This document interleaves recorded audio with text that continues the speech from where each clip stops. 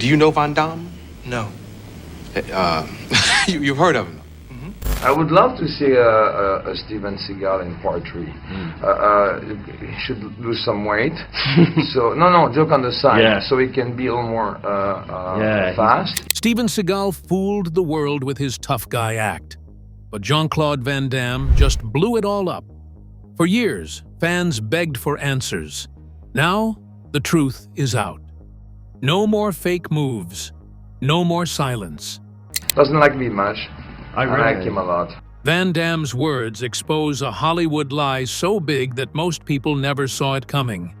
And once you hear it, you can't unhear it. Join us as we unveil every detail. The silent battle that no one saw coming. Back in the early 1990s, if you walked into a movie store, two names stood out right away: Jean Claude Van Damme and Steven Seagal. These men were huge stars. People saw them as real-life fighters. They made action movies full of kicks, punches, slow-motion scenes, and lots of shouting. But behind all that action, something else was going on. Something fans didn't know. They were not friends. In fact, they were enemies. Van Damme was known for his high kicks, big muscles, and fast moves. He had won real battles before becoming a movie star. He trained hard and did real martial arts. Seagal was different. He moved slowly, used wrist locks, and often stayed quiet. His style was Aikido, a martial art that doesn't involve battling in real tournaments. To many fans, they were both heroes. But behind the scenes, there was tension. Seagal would sometimes talk in interviews and make fun of Van Damme. He never said his name directly.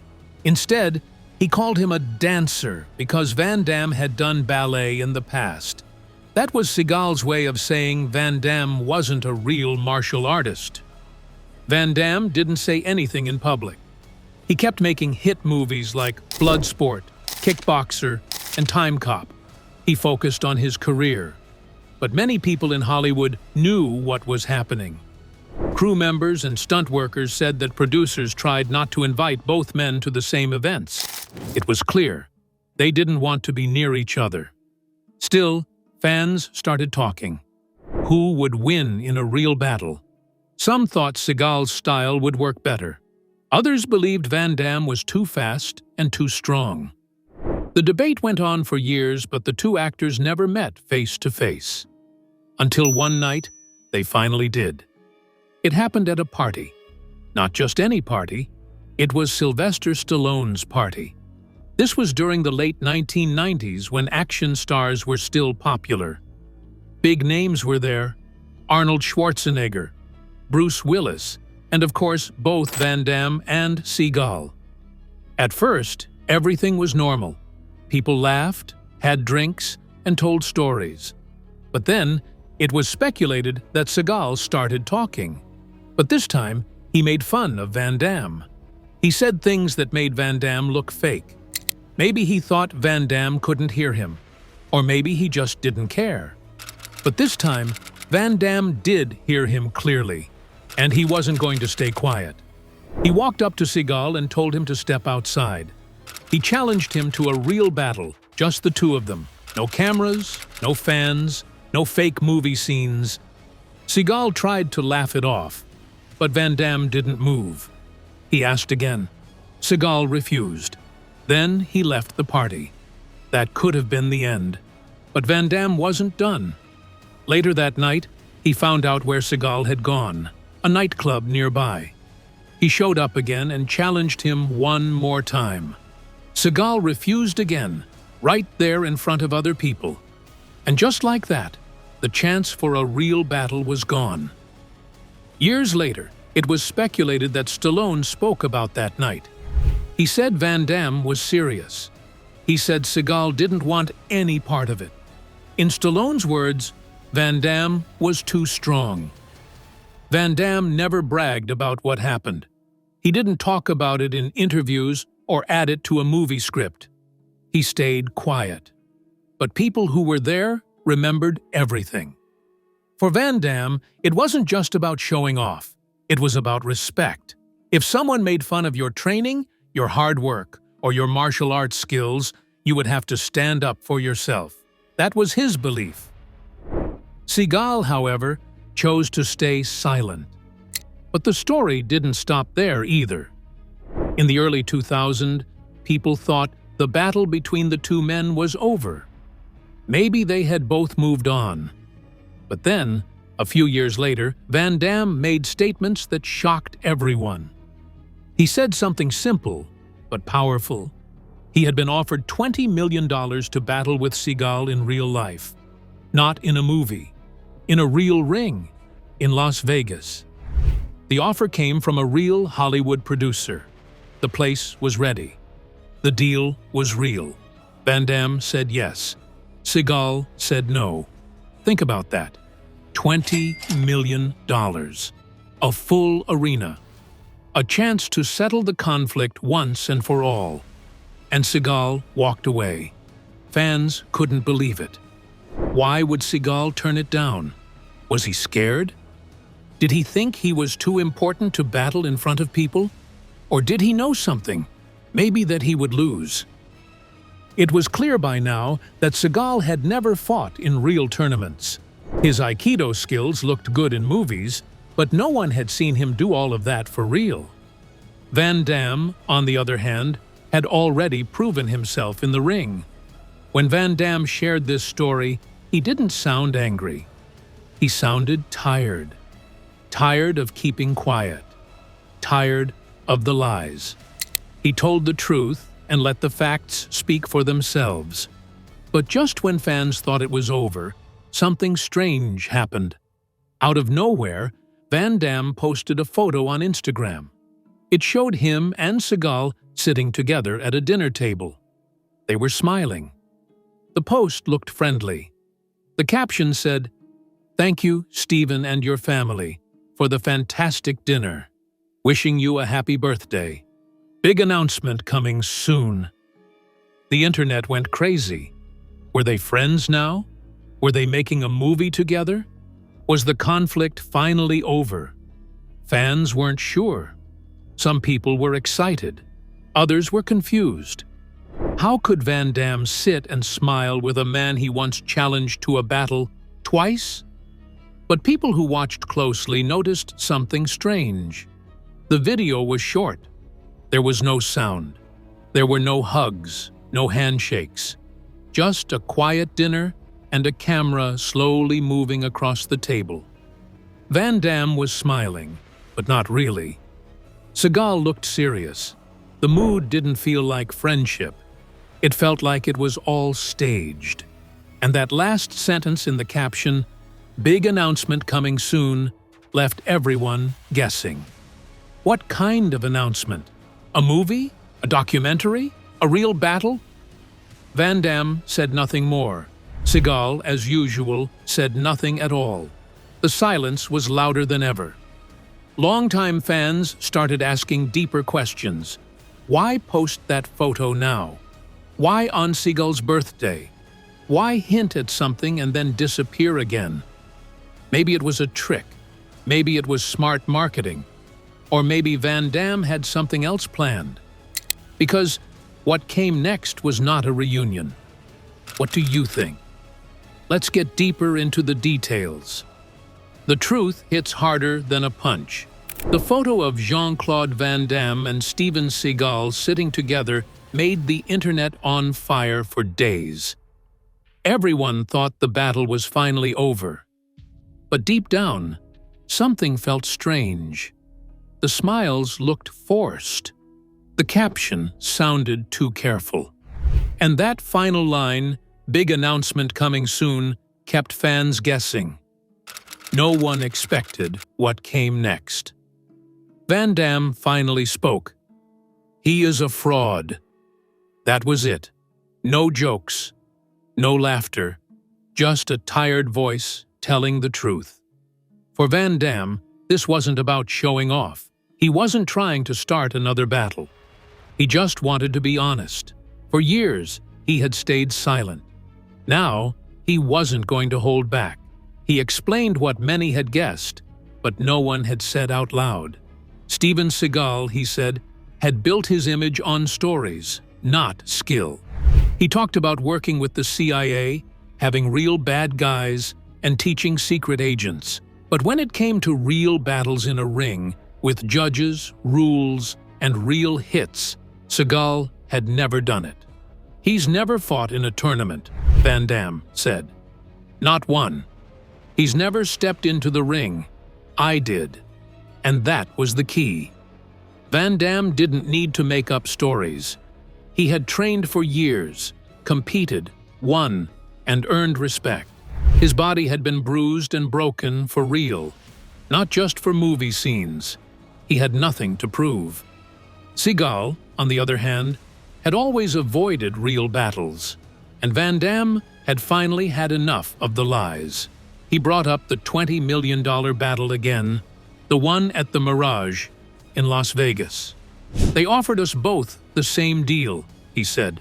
Big money, real crowd, real stage. I said yes. He didn't. That wasn't just a missed opportunity. To Van Damme, it was proof. Proof that Seagal didn't want the truth to come out. A battle like that would have shown everything. Who was real and who was pretending. Then Van Damme spoke about the Instagram dinner. It wasn't friendship, he said. It was observation. He explained that he had hoped Seagal had changed, that maybe, after all these years, the ego was gone. But sitting across from him, Van Damme saw the same man he'd always seen, full of stories, but empty underneath. He didn't see growth. He didn't see honesty, just the same act. And then came the reveal. That big announcement teased in the Instagram post. It wasn't a movie. It was just the truth. Van Damme had used the dinner to test the waters, to see if anything had changed. It hadn't. And so he spoke. This wasn't just an insult. It was a full breakdown. A clear picture of how Seagal had fooled Hollywood and fans for decades. While others trained, fought, and proved themselves, Seagal told stories. He built a wall of mystery around himself.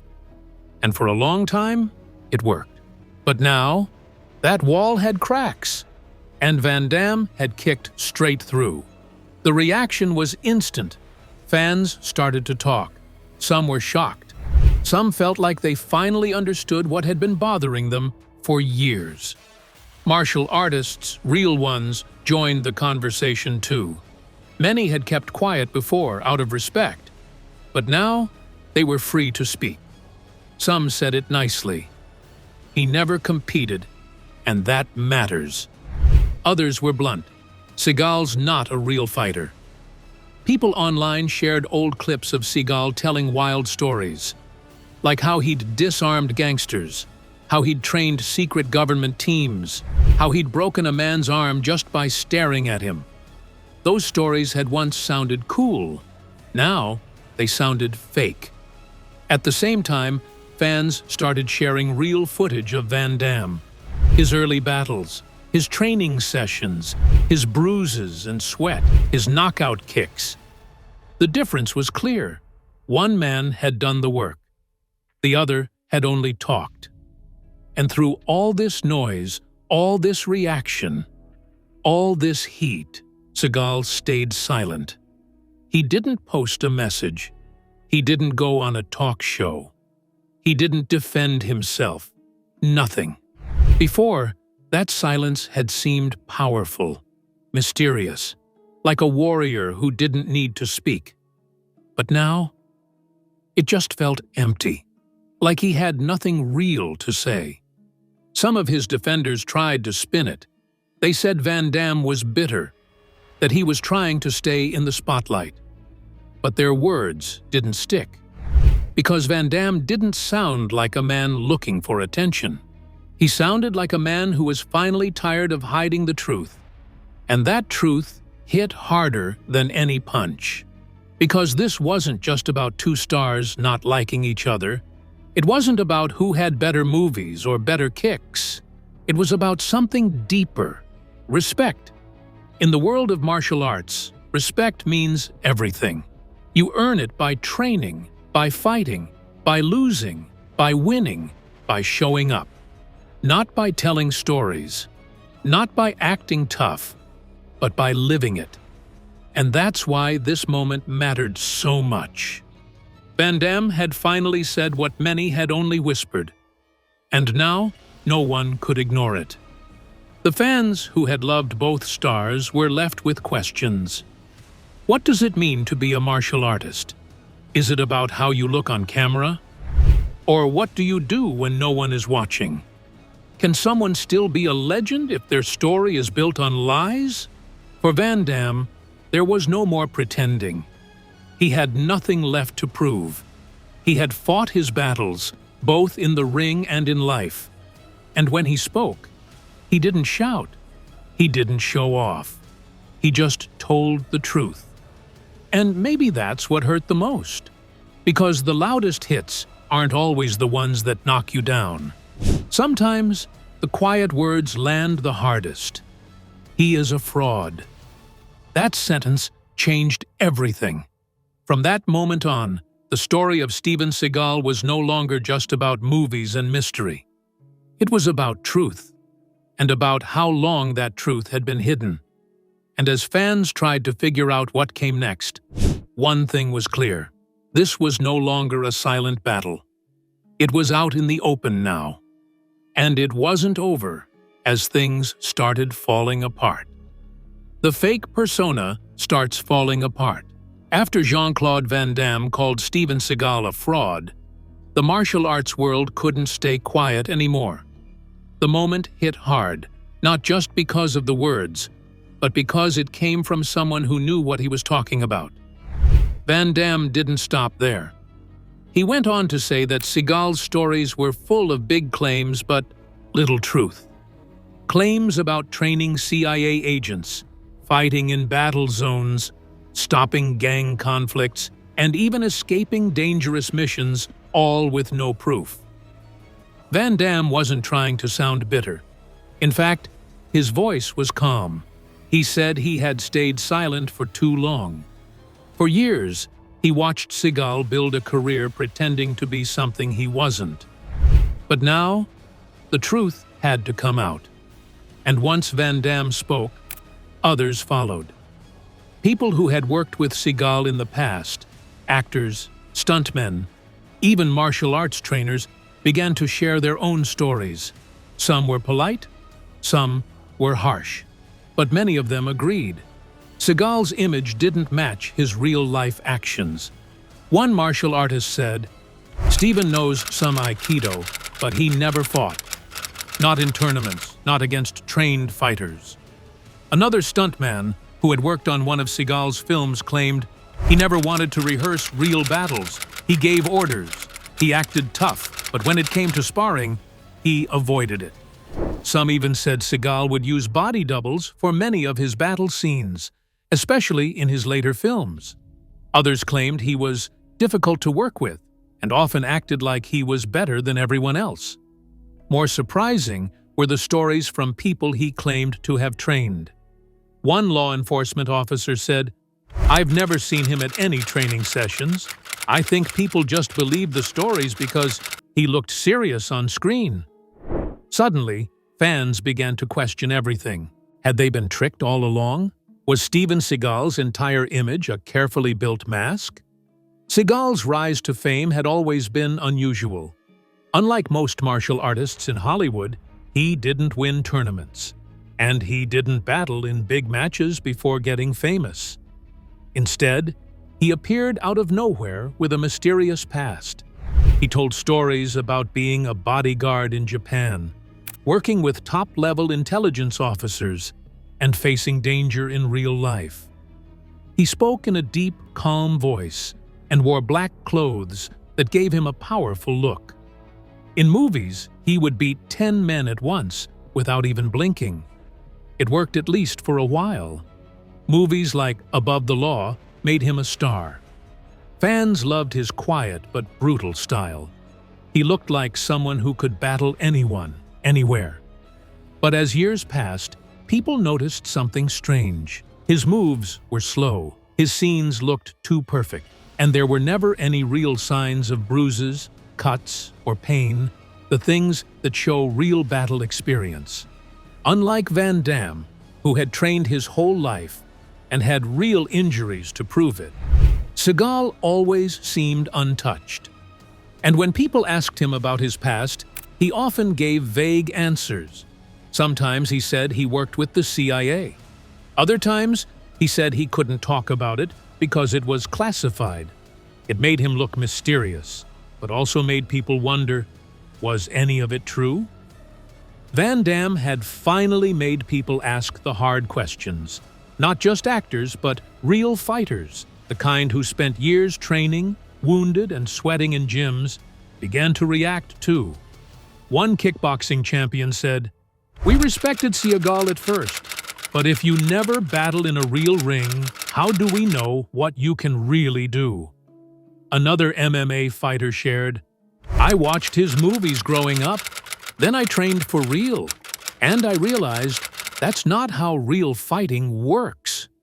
They didn't hate Seagal, they just wanted the truth. In their world, fighting isn't just about looking cool. It's about skill, pain, discipline, and proof. That's why Van Damme's words mattered so much. He wasn't just attacking Seagal, he was standing up for real martial artists, people who earn respect by working hard, not just telling stories. And while Seagal kept quiet, the internet got louder. Clips from old interviews started popping up again. People shared videos of Seagal making wild claims, breaking bones with one finger, knocking people out without touching them, and even saying that no one could beat him. Suddenly, those clips didn't seem cool anymore. They seemed strange, made up, fake. Even fans who had supported Seagal for years started asking, wait, was any of this real?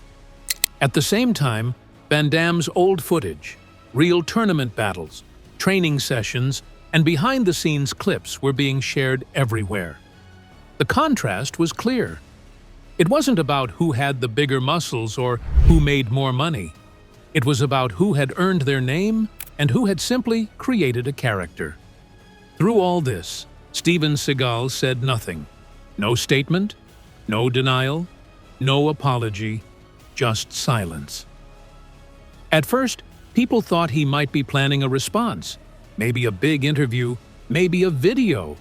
But weeks passed, then months, and still nothing. That silence, Mamima, which once made him seem mysterious, now felt like something else. Guilt. Fans began to see it differently.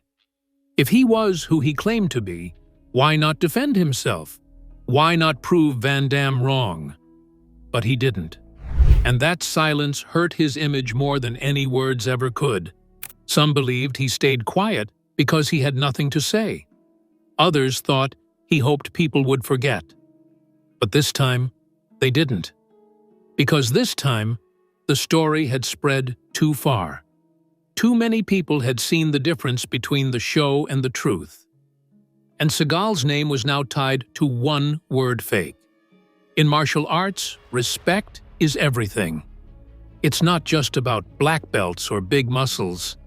It's about truth, about showing up, about doing the work. Van Damme's battle wasn't just against Seagal, it was against everything fake in the world of martial arts. The fancy stories, the pretend training, the people who act tough but don't put in the real effort.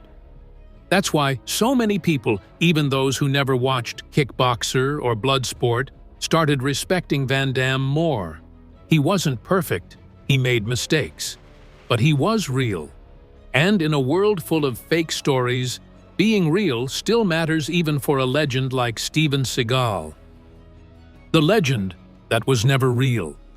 After Jean Claude Van Damme spoke out, the martial arts world didn't just react, it started to shift. The quiet respect some once had for Steven Seagal began to vanish. The legend that had once seemed untouchable was now under heavy doubt. Van Damme's words stayed with people. He didn't scream. He didn't post dramatic videos. He simply said what he knew. Steven Seagal had built his career on fiction, and the truth had finally caught up. And this time, Hollywood couldn't ignore it. People who had once worked beside Seagal began to look back and speak up. Casting directors remembered how Seagal would demand control over battle scenes. He didn't want to show weakness. He didn't want to lose, not even in a movie. He had to win every battle, every time. That wasn't just about the script. It was about ego. He wanted to look perfect, untouchable. But in real martial arts, nobody is perfect. You win some, you lose some. You sweat, you bleed, you learn. That's the truth Van Damme lived, and the truth Seagal avoided. Even old co-stars began to remember things differently. One said, he was always telling stories, big, wild stories. Some were funny, some were strange, but most just didn't feel real. Another added, you never saw him training. He didn't warm up like the others. He just walked in, acted tough, and left. Van Damme didn't say all this to tear someone down. He said it to clear the fog that had covered the truth for so long. Seagal had spent years acting like the most dangerous man in the room. But when it came time to prove it in battles, in training, in real tests, he didn't show up. Fans began to notice the pattern. Seagal always talked, but never stepped in the ring. He always claimed, but never showed. He always looked strong in movies, but never backed it up with real experience. That's when the conversation shifted again.